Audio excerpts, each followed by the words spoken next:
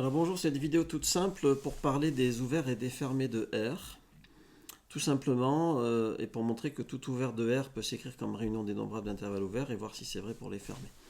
Alors, pourquoi tout ouvert de R peut s'écrire comme réunion dénombrable d'intervalles ouverts? Bon, ben, je prends un ouvert et je vais prendre ses composantes connexes. Donc je vais montrer que ces composantes connexes sont des intervalles ouverts et qu'il y en a une quantité dénombrable, tout simplement.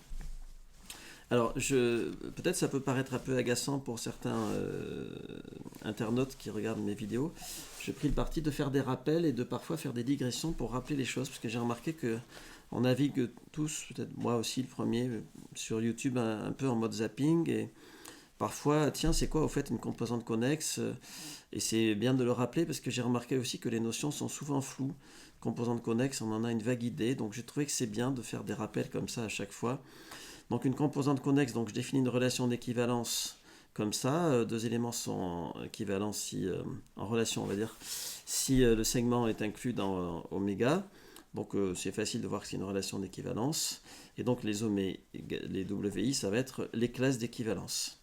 Alors ces classes d'équivalence sont convexes, puisque par définition, si j'ai xy dans une classe d'équivalence, ils sont en relation, puisque c'est des classes d'équivalence. Donc le segment est dedans, donc ça prouve la convexité. Et dans R, convexe et connexe par arc, c'est pareil. Donc ça, c'est convexe. Et donc les WI sont forcément des intervalles, puisque le seul truc convexe dans R, le seul type de partie de R convexe, c'est un intervalle.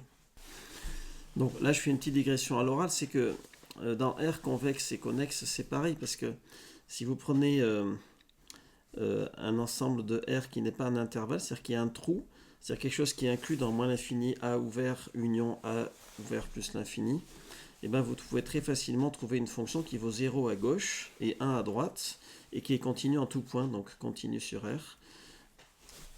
Ça veut dire que donc ça, c'est pas connexe. Voilà, donc connexe égale convexe. Alors donc ce sont les intervalles. Alors ils sont ouverts, puisque si vous prenez un point X dans un WI, en particulier X est dans oméga, donc il y a un X moins epsilon, X plus epsilon dans oméga, et tous les éléments de cet intervalle-là, ils sont en relation avec X, évidemment, puisque voilà, c'est logique si vous regardez la relation d'équivalence.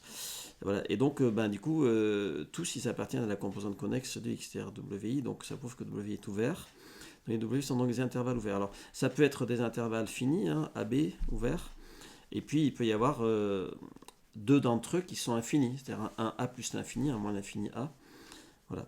Et donc ensuite, comme c'est des composantes connexes, ça par définition de composantes connexes, c'est par principe des relations d'équivalence, ils sont disjoints.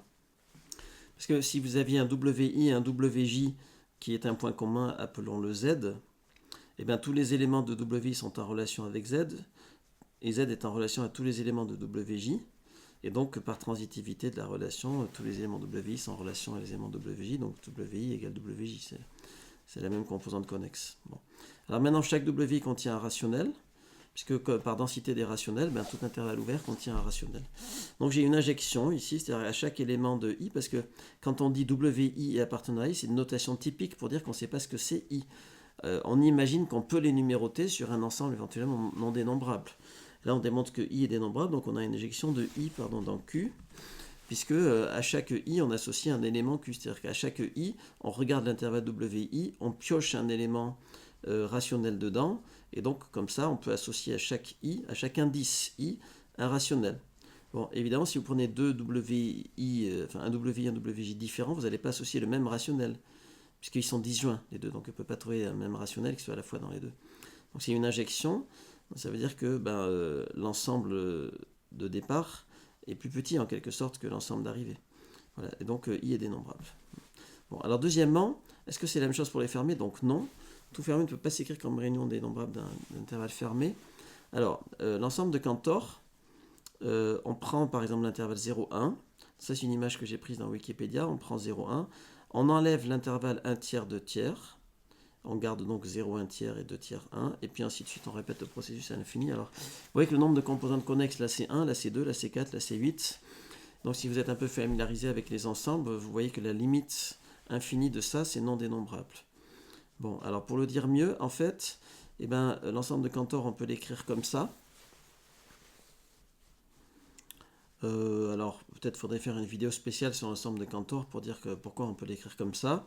Et une fois que vous avez ça, ben en fait, chaque élément de l'ensemble de Cantor correspond à une suite. Une suite, c'est un sous-ensemble infini composé de 0 et de 2. Une suite à valeur dans 0, 2. Voilà. Or, 0, 2 est non dénombrable, typiquement. Donc, si vous faites les suites dont les valeurs sont dans 0, 2 ou dans tout intervalle fini, c'est non dénombrable. C'est équipotent à une partie de n. Pourquoi? Parce que une partie de n peut se caractériser par une suite.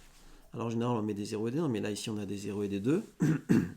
Vous prenez tous les éléments de n, 0, 1, 2 jusqu'à l'infini, et une suite c'est comme un crible en fait. Et vous dites, je vais définir une partie en disant 0 je le prends pas, 0, 1 je le prends, je mets le chiffre 2.